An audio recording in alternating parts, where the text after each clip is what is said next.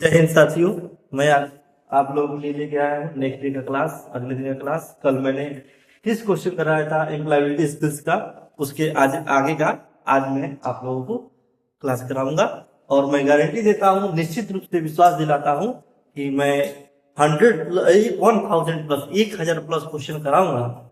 और इस पूरे मेरे जितने कंप्लीट क्लासेज होंगी उससे निश्चित रूप से आपके परीक्षा में प्रश्न आएंगे और आपका रिजल्ट अच्छा बनेगा और आप अच्छे से पास हो जाएंगे, आपका परसेंटेज अच्छा बनेगा। एम्प्लॉयबिलिटी स्किल्स मैंने बताया ही था, इसमें 25 क्वेश्चन पेपर में आता है और ये बहुत ही महत्वपूर्ण योगदान देता है हमको पेपर में पास और परसेंटेज बनाने के लिए। तो इसीलिए आप सब इसको ध्यान से देखिए और इसका अनुसरण कीजिए और इसको पढ़िए अपने घर पे। बात हो रही है कि संचार कम्युनिकेशन की प्रक्रिया में सबसे महत्वपूर्ण तत्व क्या है। संचार कम्युनिकेशन मैंने कल बताया था कम्युनिकेशन के बारे में। तो कम्युनिकेशन में क्या क्या पाई जाती है, उनमें तत्व क्या क्या पाई जाती है। संदेश, कोई एक बात होगी, एक संदेश होगा जिसको सेकेंड पर्सन के पास पहुंचाना होगा। प्रेषक सेंडर, फर्स्ट पर्सन अपनी बात कहेगा, रिसीवर सेकेंड पर्सन जिससे जिससे अपनी बात कहेगा, जो संदेश देगा उसी को अच्छी तरीके से समझा देना, अच्छे तरीके से बता देना कम्युनिकेशन होता है और वही महत्वपूर्ण तत्व होता है। संदेश भी सही है, प्रेषक भी होना चाहिए, सेंडर और प्राप्तकर्ता भी होना चाहिए, रिसीवर। नेक्स्ट क्वेश्चन, मौखिक संचार का उदाहरण है। मौखिक संचार मतलब कि बातचीत करना, बोलकर कम्युनिकेशन करना, बातचीत करके कम्युनिकेशन करना। ये पत्र लिखना हो नहीं सकता है, ईमेल भेजना हो नहीं सकता है, बात करना सही होगा। क्योंकि मौखिक संचार मतलब कि वर्बल कम्युनिकेशन में क्या होता है कि बातचीत करके अपनी बातों को एक दूसरे से आदान प्रदान करना मौखिक संचार होता है। अब आगे बात, सक्रिय श्रवण एक्टिव लिसनिंग क्या है, का अर्थ क्या है। केवल सुनना गलत बात, सक्रिय श्रवण केवल सुनना गलत हो जाएगा। बोलना, लिखना तीनों गलत है। सक्रिय श्रवण का मतलब ये होता है कि ध्यान पूर्वक सुनना और समझना। एक अच्छा सुनने वाला ही एक अच्छा वक्ता हो सकता है। कल की क्लास में मैंने बोला था, अच्छा सुनेंगे, किसी चीज को जब अच्छे से जब सुनेंगे आप तभी उस कार्य को अच्छे से आप कर पाएंगे। अगर उस कार्य को अच्छे से समझ नहीं पाएंगे, सुन नहीं पाएंगे तो उस कार्य को सफल नहीं कर पाएंगे। नेक्स्ट आता है स्मार्ट गोल में एम का अर्थ क्या है। मैंने तो बताया था पूरे स्मार्ट गोल का अर्थ, इसमें एम का अर्थ है मेजरेबल।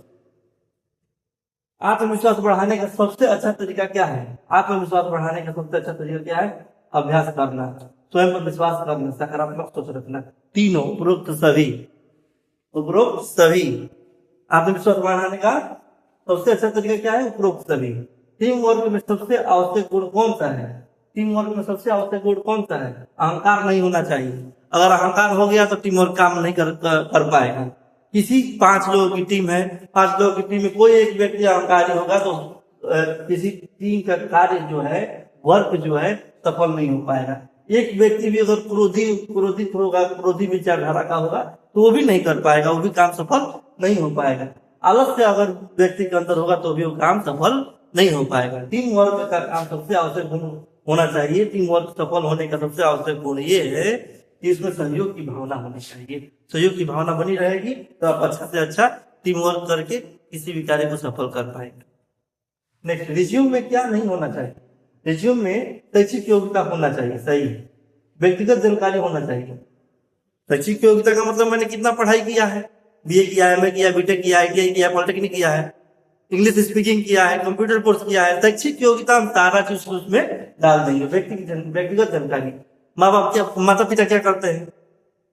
अब आप अपने बारे में बताइए, इससे पहले कहीं ड्यूटी किए हैं, कहीं काम किए हैं, किसी कंपनी में रहे हैं, ये सब की जानकारी आपको व्यक्तिगत जानकारी देनी पड़ेगी। कौशल, आपके अंदर किस प्रकार का कौशल है, स्किल है, इसकी भी जानकारी आपको देनी पड़ेगी। लेकिन आप गलत जानकारी नहीं देंगे।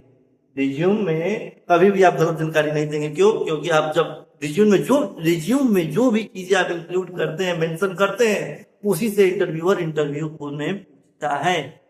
अगर आप डाले हैं कि मुझे क्रिकेट खेलना बहुत अच्छा लगता है, मुझे पसंद है। तो आप क्रिकेट से जुड़े हुए प्रश्नों को तैयार करके रखिए।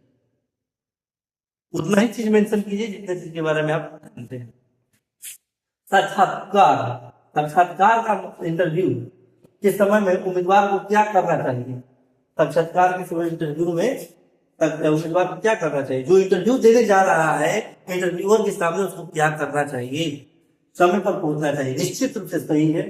समय पर पहुंचना चाहिए, उचित वेशभूषा पहनना चाहिए, निश्चित रूप से उचित वेशभूषा पहनना चाहिए। कुछ भी पहन के इंटरव्यू देने जाएंगे आप तो आप सफल नहीं होंगे, आपको हटा दिया जा सकता है या आपको असफल कर दिया जा सकता है।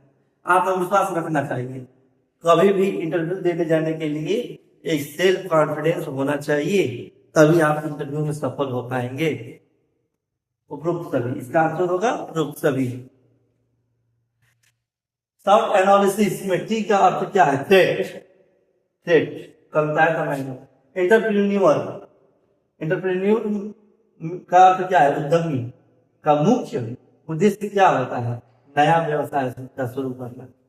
एंटरप्रेन्योर का मुख्य उद्देश्य क्या है? नया व्यवसाय शुरू करना। सीपीयू का पूरा नाम क्या है? Central processing unit. कंप्यूटर का मस्तिष्क किसे कहा जाता है? सीपीयू को। ये सब देखते जाइए। निम्नलिखित में से कौन सा इनपुट डिवाइस है? निम्नलिखित में से इनपुट डिवाइस कीबोर्ड है। इनपुट डिवाइस कौन सा है? कीबोर्ड है। मॉनिटर आउटपुट डिवाइस है। प्रिंटर आउटपुट डिवाइस है। स्पीकर आउटपुट डिवाइस है। आउटपुट डिवाइस मतलब जिससे बाहर की ओर पता चले। जैसे कीबोर्ड इनपुट है, उसमें आप कोई भी कीबोर्ड में स्विच दबाते हैं, उसका बटन दबाते हैं तो कंप्यूटर के अंदर टाइप होता है। और मॉनिटर क्या करता है? दृश्य बाहर देता है। जैसे ये मॉनिटर हो गया, जैसे ये मॉनिटर है, इससे क्या पता चल रहा है? इससे बाहर आ रहा है, जो भी दृश्य बाहर आ रहा है ये आउटपुट है। प्रिंटर हार्ड कॉपी बाहर निकालता है। स्पीकर साउंड बाहर निकालता है, वो क्या है? आउटपुट है। कीबोर्ड इनपुट है। इससे क्या करते हैं? हम टाइप करते हैं, कंप्यूटर के अंदर टाइप होता है अपना फाइल तैयार करने के लिए, चाहे जो भी कार्य के लिए। ईमेल भेजते समय सब्जेक्ट का उपयोग किस लिए किया जाता है? ईमेल भेजते समय सब्जेक्ट का उपयोग संदेश का विषय बताने के लिए किया जाता है। संदेश का विषय बताने के लिए किया जाता है। www का पूरा नाम क्या है? www का पूरा नाम है वर्ल्ड वाइड वेब। www का पूरा नाम www का पूरा नाम world wide web. World wide web ये पूछेगा परीक्षा में, इंपॉर्टेंट है। इंटरनेट पर जानकारी खोजने के लिए किसका उपयोग किया जाता है? सर्च इंजन का। किसका? सर्च इंजन का। किसका? सर्च इंजन का। इंटरनेट पर जानकारी खोजने के लिए किसका उपयोग किया जाता है? सर्च इंजन का। गूगल क्या है? सर्च इंजन है। गूगल एक सर्च इंजन है जिससे सर्च किया जाता है। गूगल क्या है? एक सर्च इंजन है। साइबर सुरक्षा के लिए सबसे महत्वपूर्ण क्या है? साइबर सुरक्षा के लिए सबसे महत्वपूर्ण है मजबूत पासवर्ड। पासवर्ड साझा नहीं करना चाहिए, गलत, ये नहीं करना चाहिए। कोई भी पासवर्ड साझा नहीं करना चाहिए। सार्वजनिक कंप्यूटर में कहीं आप गए हैं, किसी से कंप्यूटर में बैठे हैं और अपना लॉगिन कर दिया अपना आईडी पासवर्ड और वैसे छोड़ दिए तो आपको खाली पूछ सकता है, तो सार्वजनिक नहीं छोड़ना चाहिए। ये क्या है?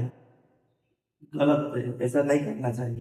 पासवर्ड कागज पर लिखना ये भी गलत है। क्या करना चाहिए? पासवर्ड को मजबूत रखना चाहिए। पासवर्ड को मजबूत रखना चाहिए साइबर सुरक्षा के लिए। यूपीआई का पूरा नाम क्या है? यूपीआई का पूरा नाम है यूनिफाइड पेमेंट इंटरफेस। यूपीआई का पूरा नाम यूनिफाइड पेमेंट इंटरफेस। डिजिटल भुगतान का सबसे बड़ा लाभ क्या है? तीनों सही है। समय की बचत, सुरक्षित लेन देन, नकदी की आवश्यकता कम, तीनों के तीनों सही। ग्रुप सही। बैंक में पैसे जमा रखने पर मिलने वाले अतिरिक्त राशि को क्या कहते हैं? ब्याज कहते हैं। जल्दी जल्दी इसको अनुसरण करिए, याद करिए, समझिए।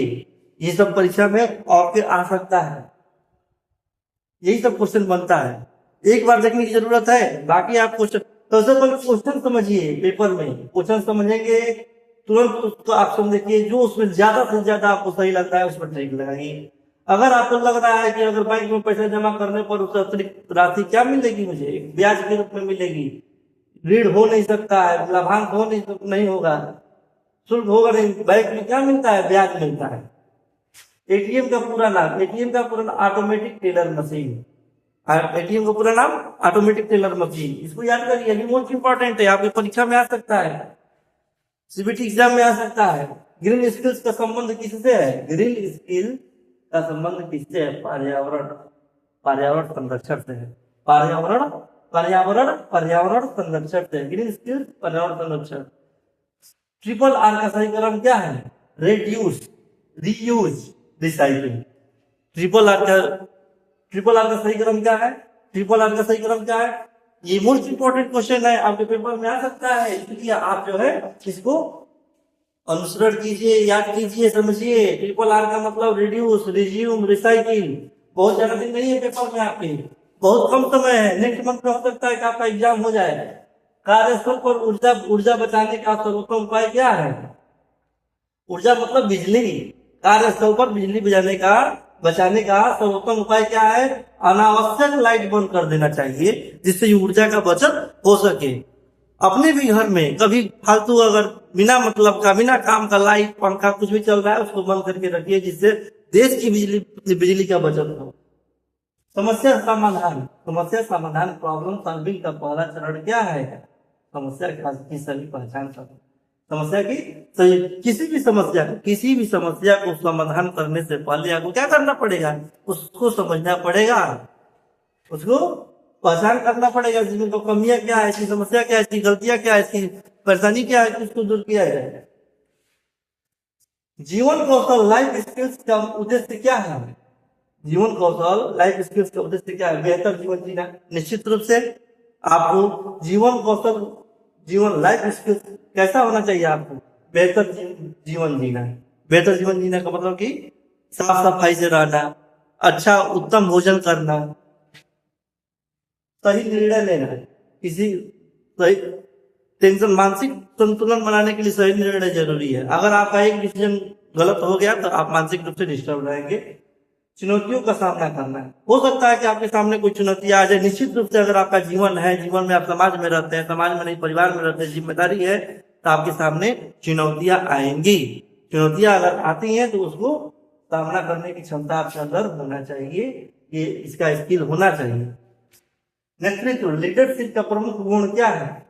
दूसरों को प्रेरित करना। लीडरशिप का मतलब ये किसी भी कार्य के लिए, किसी भी चीज के लिए, किसी भी आवश्यकता के लिए क्या करना पड़ेगा? प्रेरित करना पड़ेगा। तब अपने हक की आवाज उठाने के लिए प्रेरित करता है लीडरशिप जो करता है।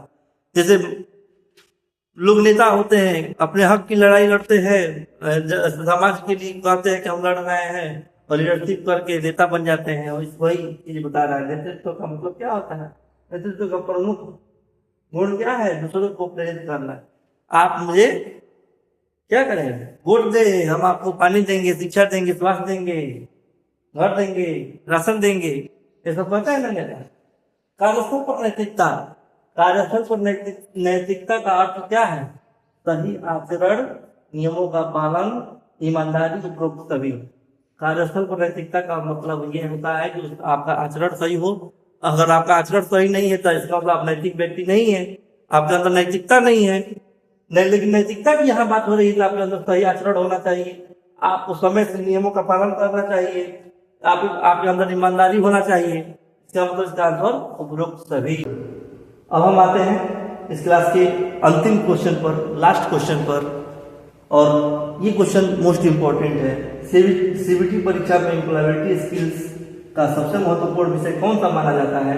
पहला कम्युनिकेशन स्किल्स। निश्चित रूप से सही है। कम्युनिकेशन स्किल्स के बारे में आपको मैंने बताया था। आईसीटी स्किल्स, आईसीटी स्किल्स क्या है भाई? आईसीटी स्किल्स का मतलब होता है information communication technology. Information communication technology क्या है? आपके पास कंप्यूटर से, मोबाइल से, प्रिंटर से जुड़ाव रखना पड़ेगा, उसके बारे में जानकारी रखनी पड़ेगी। सॉफ्टवेयर से जानकारी सॉफ्टवेयर के बारे में जानकारी रखनी पड़ेगी, हार्डवेयर के बारे में जानकारी रखनी पड़ेगी, इलेक्ट्रॉनिक्स वस्तुओं के बारे में आपको जानकारी रखनी पड़ेगी। उसका स्किल आपके पास होना चाहिए, उसको चलाने के लिए, उसको हैंडल करने के लिए, किस प्रकार से उसको मैं चलाऊंगा, मैनेज करूंगा, ये सब स्किल होना चाहिए आपके अंदर। वो भी एम्प्लॉयबिलिटी स्किल्स का एक महत्वपूर्ण विषय में आता है। आईसीटी, इसका आप फुल फॉर्म निश्चित रूप से याद कर लीजिए, information communication technology. Information communication technology. Self management skills, self management skills का मतलब ये होता है कि स्वयं को कैसे मैनेज करें। विपत्ति आए, विपदा आ जाए, कोई अचानक कोई ऐसा सूचना मिल जाए, या किसी ऑफिस में कार्यरत हैं, उसका ऑफिस में कोई समस्या हो जाए तो उसको मैं कैसे हैंडल कर पाऊंगा, कैसे उसको संभाल पाऊंगा। ये स्किल आपके अंदर होना चाहिए। पेशेंस होना चाहिए, धैर्य होना चाहिए आपके अंदर। क्रोधी व्यक्ति को क्रोध नहीं आना चाहिए, क्रोधित नहीं होना चाहिए, संयम रखना चाहिए व्यक्ति को। सेल्फ कॉन्फिडेंस की बात कर रहा है, सेल्फ मैनेजमेंट स्किल्स होना चाहिए व्यक्ति के अंदर। इसका मतलब ये है कि उपरोक्त सभी आप सभी का ये सही है। 60 क्वेश्चन मैंने आज कंप्लीट किया। मेरा टारगेट है 1000 क्वेश्चन कंप्लीट करने का, और निश्चित रूप से मैं 1000 प्लस क्वेश्चन आपको कंप्लीट कराऊंगा, जिससे आपके एम्प्लॉयबिलिटी स्किल्स प्रश्न 25 में 25 होना तय हो जाए, संभव हो जाए। हाँ, और एक बात मैं आपको बताना भूल गया था, इन सब का PDF आपको मेरे टेलीग्राम चैनल पर मिल जाएगा। मैं इसको टेलीग्राम चैनल पर डाल दूंगा। आज के लिए बस इतना ही। जय हिंद, जय भारत। आता हूँ फिर नेक्स्ट क्लास में।